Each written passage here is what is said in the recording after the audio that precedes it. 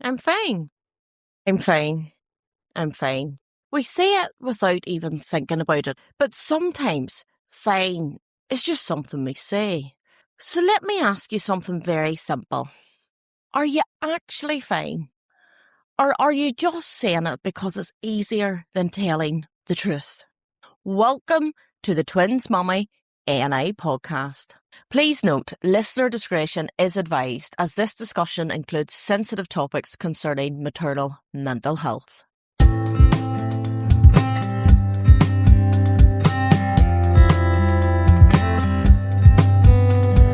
Today, we're talking about maternal mental health in motherhood with multiples and why so many of us say, I'm fine, when we're actually not. This week marks Maternal Mental Health Week, but this conversation doesn't belong to just 1 week of the year. Looking after our mental health isn't seasonal or optional. It's ongoing every single day.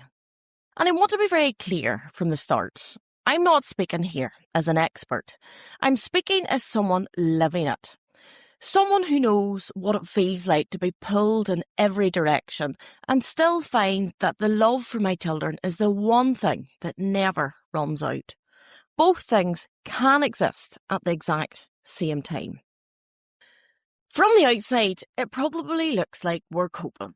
You're getting through the day, feeding everyone, doing what needs done. But underneath all of that, there can be something else running quietly in the background. A thought like, why does this feel harder than expected? And why so much of it goes unspoken? We're joined by Dr. Rebecca Moore, who is a perinatal psychiatrist and co-founder of Make Birth Better. Let's get into it. Dr. Moore, thank you so much for joining us today and bringing your clinical expertise to this very important conversation. Hi, Carla. Thank you so much for inviting me onto the podcast today. Before we start, can you tell our listeners a little bit about yourself and your work? I am a consultant perinatal psychiatrist, which means that I work with women and birthing people and their families to support them through prior to pregnancy, during pregnancy, and in the first postnatal years. And that might be with people who have no history of prior illness or people who have a prior history. So I would support people with anxiety, depression, psychosis, obsessive compulsive thoughts, so a whole range of things. I'm also one of the co-founders of Make Birth Better, which is a collaborative of parents and professionals that works to raise awareness of perinatal trauma and does this via campaigning, training, and being involved in research. Also lucky enough to be a mum myself, and this has definitely informed my practice as well. Maternal Mental Health Week brings these conversations into focus each year. What are some of the biggest mental health challenges unique to mums of twins, triplets, or more? I think there are a variety of things that we need to be thinking about. So obviously, these are rarer pregnancies. So for some people, it can feel like there's no one around them that's expecting twins or triplets. So that's why the power of your podcast and the work you do is really, really important. We know also that sometimes the pregnancies can be more challenging for a variety of different reasons. So that might be that it's physically more demanding, that there might be greater risks of things like a premature birth, for example, and also that perhaps as a group that they're more likely to need some support postnatally and may have babies on neonatal intensive care as well. So we know that, there are different experiences of people where they're having twins and triplets. Is there a particular kind of loneliness that can come with caring for multiple children at once? There can be a loneliness that comes with that. So obviously, as you've developed in Northern Ireland, that you are able to, meet with and connect with other people that have twins and multiples, which is so invaluable because, of course, there you can share all the things that can be validated. You can see that you're not alone. You can hear other people's similar stories. And when you don't have that, it can be very different to having twins or triplets, to having just one child to care for. And that can sometimes make people feel slightly different, or that people don't really understand what they're experiencing. Maternal Mental Health Week invites us to look more closely at mothers' experiences. What feels most important for us to understand right now, particularly for a woman expecting or raising multiples? So I think in terms of Maternal Mental Health Week, that absolutely at the crux of this is giving mothers space to share all of their experiences and all of their stories in a way where they feel heard and where there's no judgment or shame. And I think that's particularly important for all women. But if we're thinking about women that are pregnant currently or raising multiples, just making sure that there are places and spaces where that journey, that experience can be heard. So finding out what you have locally, being in touch with, more national groups, speaking to people on helplines, on peer forums, on social media, all of those things can be incredibly helpful so that we can just share stories and support other women at whatever point in their journey they are. It's all about community and listening and sharing. The more we can talk about how it feels, about the impact that it might have on our mental health, then the more that this becomes normalized for people. They don't feel as alone. They feel that they are other people experiencing the same things, and that can feel hugely normalizing and comforting as well.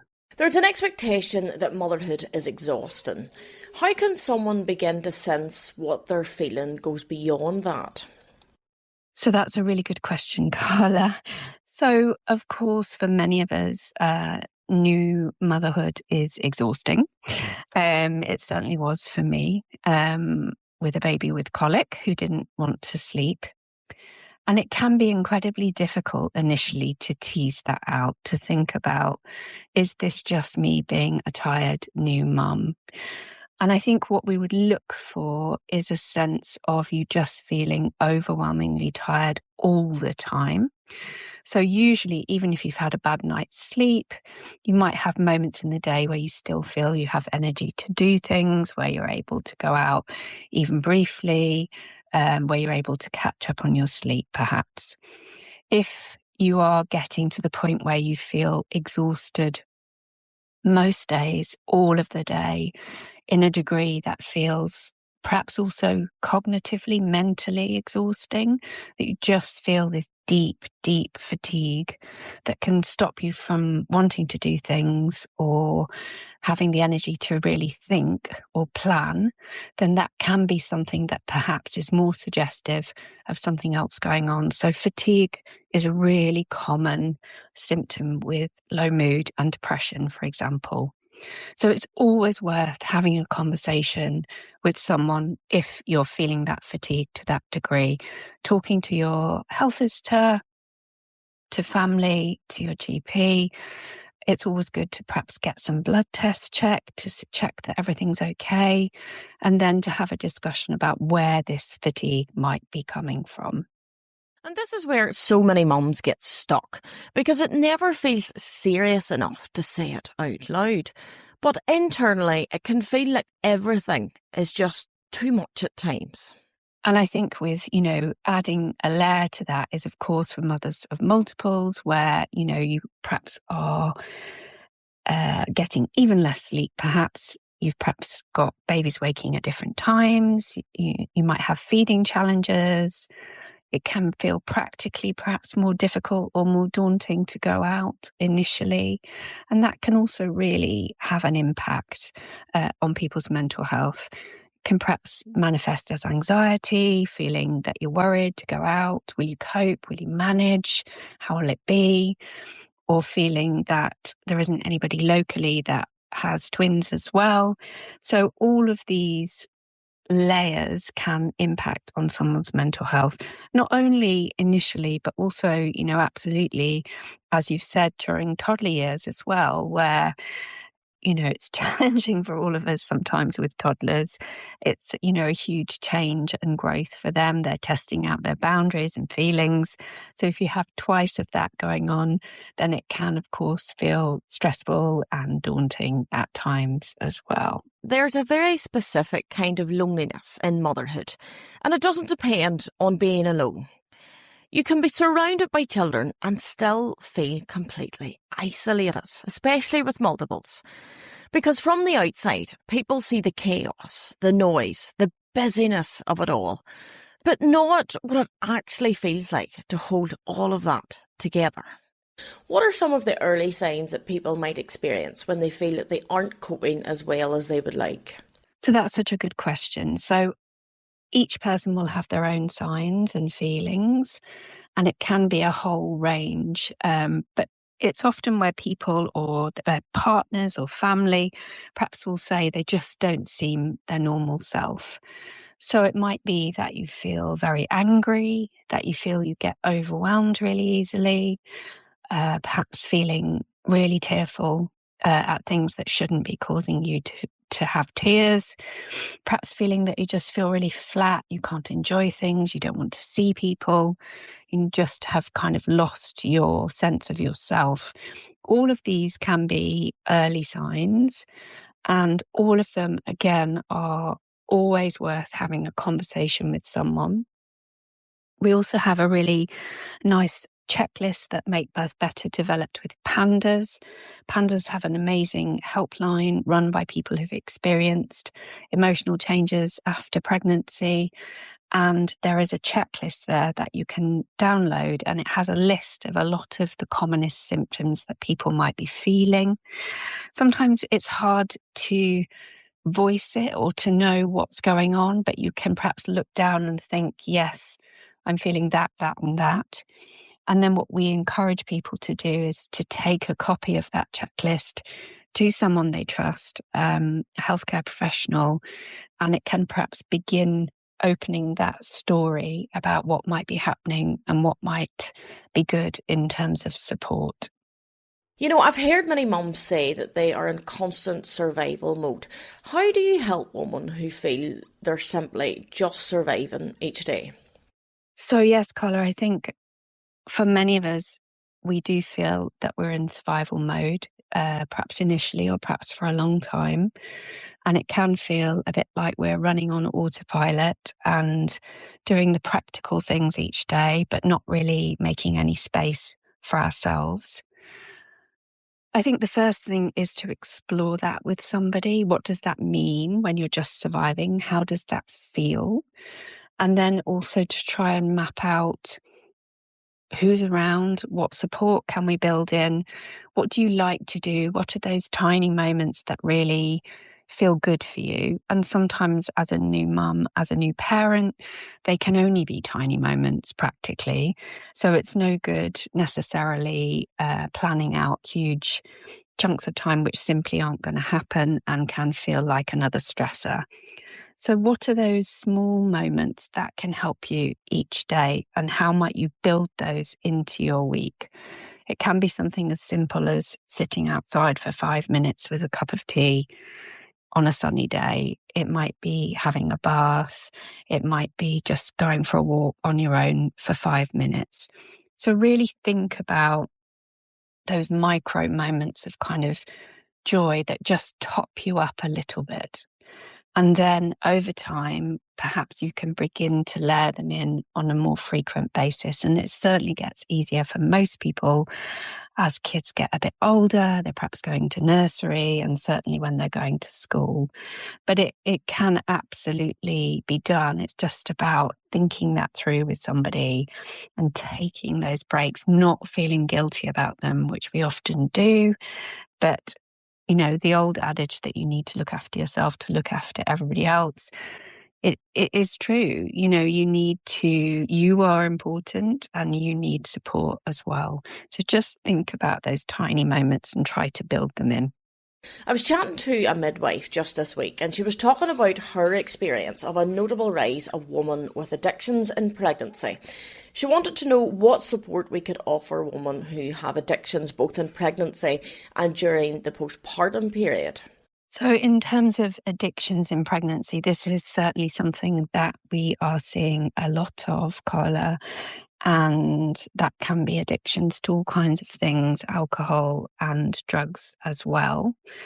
It can be really challenging for people. People have addictions for all types of reasons, and we know that statistically as a group, they're often women who've had multiple disadvantages and vulnerabilities throughout their life that can have stemmed from childhood.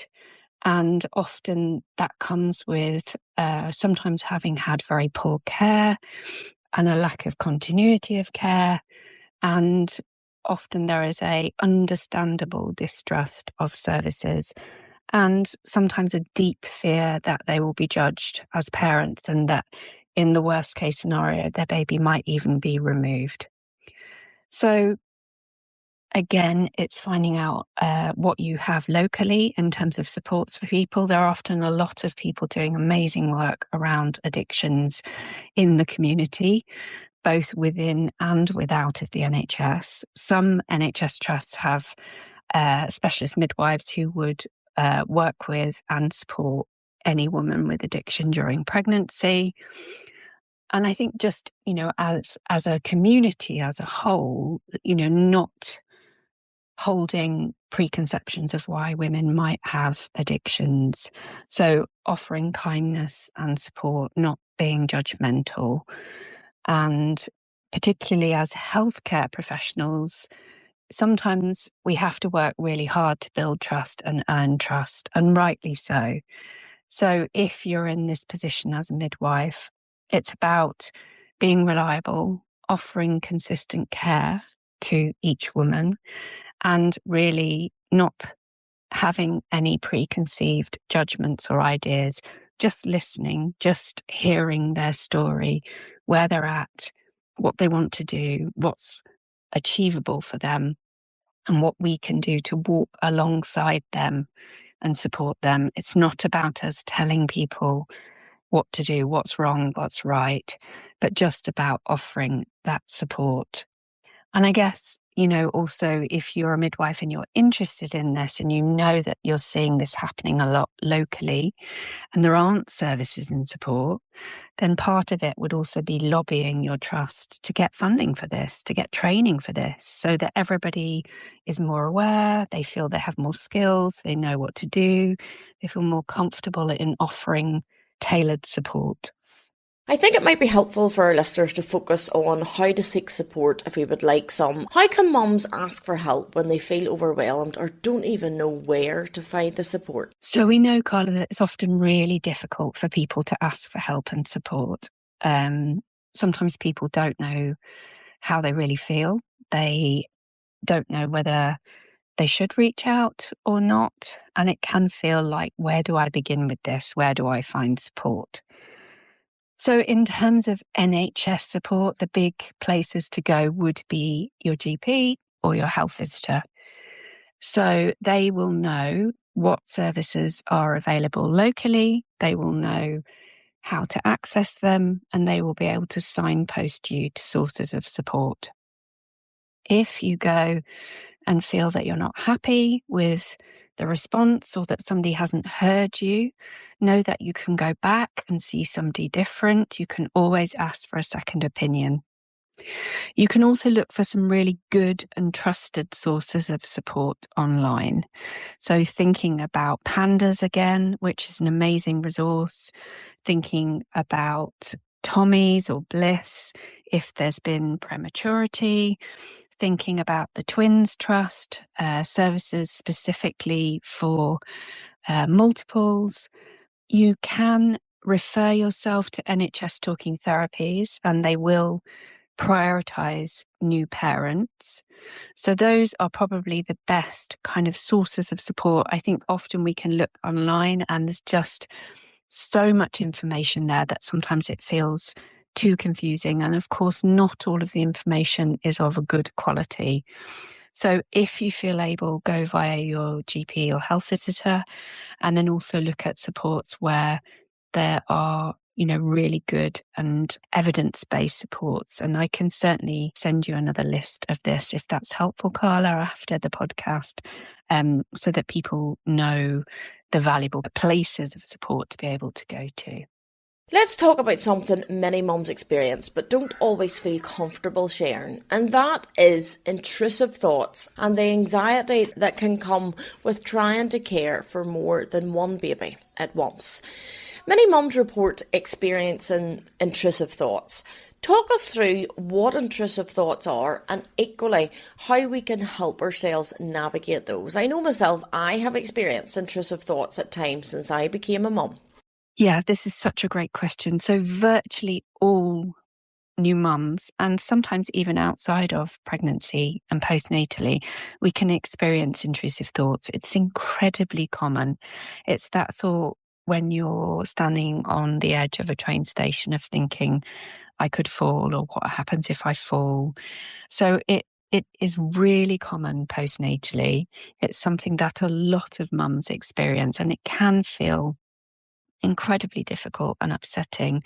So for some people, it's a thought in their head. So a thought of, I might hurt the baby, I might drop the baby, I might harm the baby in some way.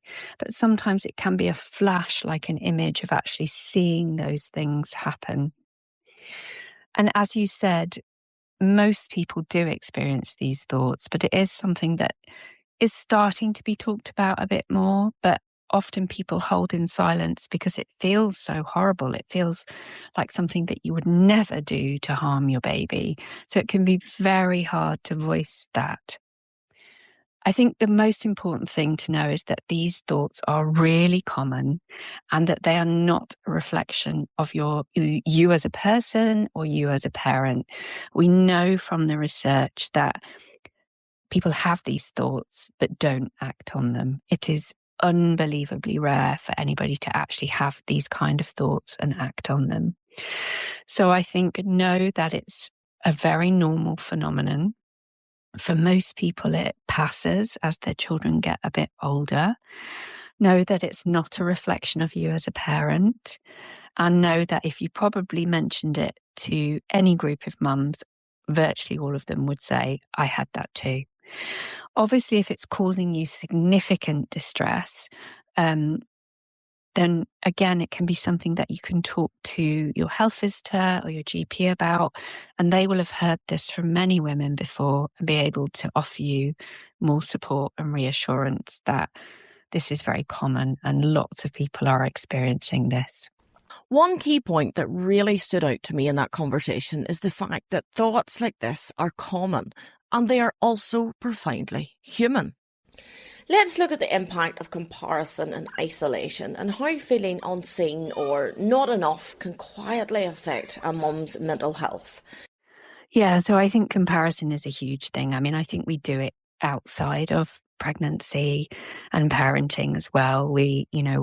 It's a human nature in a sense to compare ourselves to others and look at what they're doing. And of course, that can be massively impacted by social media, where often people are posting only the best bits so we can feel like everyone is doing it brilliantly and we're not.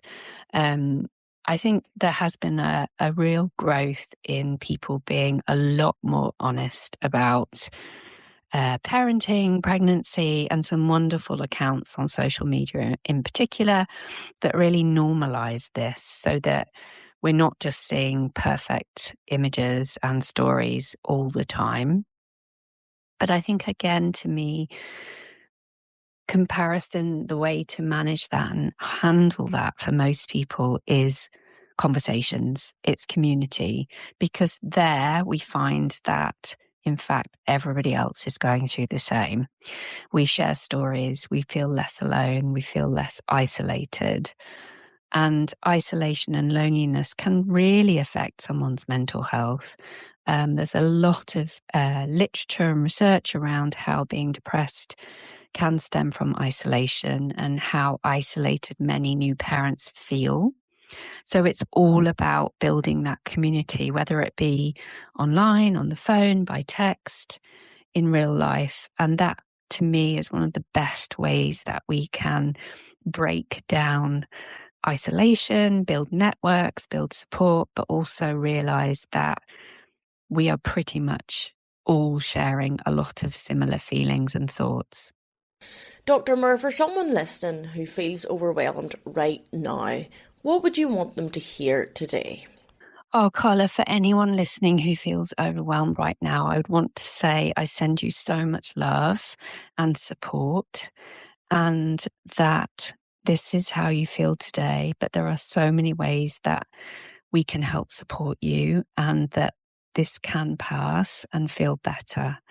So please know that you are not alone, that many people will be feeling this, that how you feel is valid, and that you deserve support. So try to have those really difficult conversations about that overwhelm with your partner, with a friend, with a professional. But the more that we can begin to share that, the more that we can try to provide you with the right support and care for you. Have you seen any shifts in how openly women are talking about these experiences in recent years? So I think there are some really good shifts in how people are talking about their mental health. It can still feel like a really difficult thing to voice. Many people are really worried about voicing it and being judged or shamed or blamed. But I think there has been a shift to talk more about pregnancy, birth, parenting. There are so many more different spaces where people are having these conversations now. There are so many more specialist services around that are set up just to support women and birthing people through pregnancy and beyond. And I was just seeing in the news last week about the new mother and baby unit in Northern Ireland, which is much waited for and is absolutely fantastic news. But everywhere locally, there are so many spaces where people are more able to talk more freely now, I think. And I think there is a growing recognition that we all struggle to some degree, that there are so many changes and transitions in becoming parents, especially with multiples, and that there will be impacts on how we feel, and that's okay. And sometimes that will be very mild, sometimes it may be more severe, but there is support and care out there. And the more that we can talk about this, the better. So I am really hopeful that this is changing. And it's certainly something that I think over the last 5 to 10 years, we do see people talking about more openly. And again, you know, if having this conversation today or having any conversation helps one person to feel less alone, to feel that they can seek help, then that is so, so important and so worthwhile. Before we finish, if there was one message you'd like to leave with us mums of multiples this week, what would it be? Carla, I would like to say to all of you that you are doing an amazing job, that you are all wonderful, and that we know that being a mum of multiples can bring with it all kinds of differing challenges and can be incredibly difficult at times. But through podcasts like this, it's such a beautiful thing that people can connect and share experiences. And I would invite you to support other mums, whether they're multiples or not. The more that we can be a community to others when we have been through that time frame of being a new mum with a newborn, the more we can share stories and support other women, then that just has that ripple effect of breaking down stigma and shame and validating what we're going through, all of us. If our listeners would like to get in contact with you or learn more about your work, what's the best way for them to get in touch? So, Carla, people can get me best on Instagram, Dr. Rebecca Moore, or also look for Make Birth Better on Instagram. I always say this, I'm really open to direct messages on Instagram. I can't give clinical advice, but I've spoken to so many people via Instagram messages over the years and can sometimes just offer help in signposting people to support or just with some kindness and compassion. So people are so welcome to get in touch with me. Also, if I do a lot of teaching and training, really love doing that. So very welcome to message me at all. And just to say, as we finish, Carla, also that I know what we've been talking about today can also feel challenging and difficult. So if there is anything that, again, has felt very triggering or challenging, then likewise, people are very welcome to get in touch. That was Dr. Rebecca Moore, who joined us for this necessary conversation on maternal mental health. Dr. Moore is known for her compassionate work with mothers and families. She brings both clarity and authority to a subject too often left unspoken. It's a real privilege to have her voice as part of this conversation today. So as we come to the end of today's episode, maybe the question was never, am I fine? Maybe it's something else. Do I feel supported? Do I feel seen? Because motherhood was never meant to be done alone. Just before we finish today, I want to say this. If this episode resonated with you, please know you are not alone with this. I'm fine can cover a lot. Exhaustion, overwhelm, loneliness. So maybe today isn't about having the answer. Maybe it's about being honest enough to ask yourself, am I actually okay? Or am I just getting through? That's it for this week's podcast episode. Thank you so much for listening to the Twins Mummy NI podcast. I'll be back soon with more episodes. Until then, take care and remember there is always hope.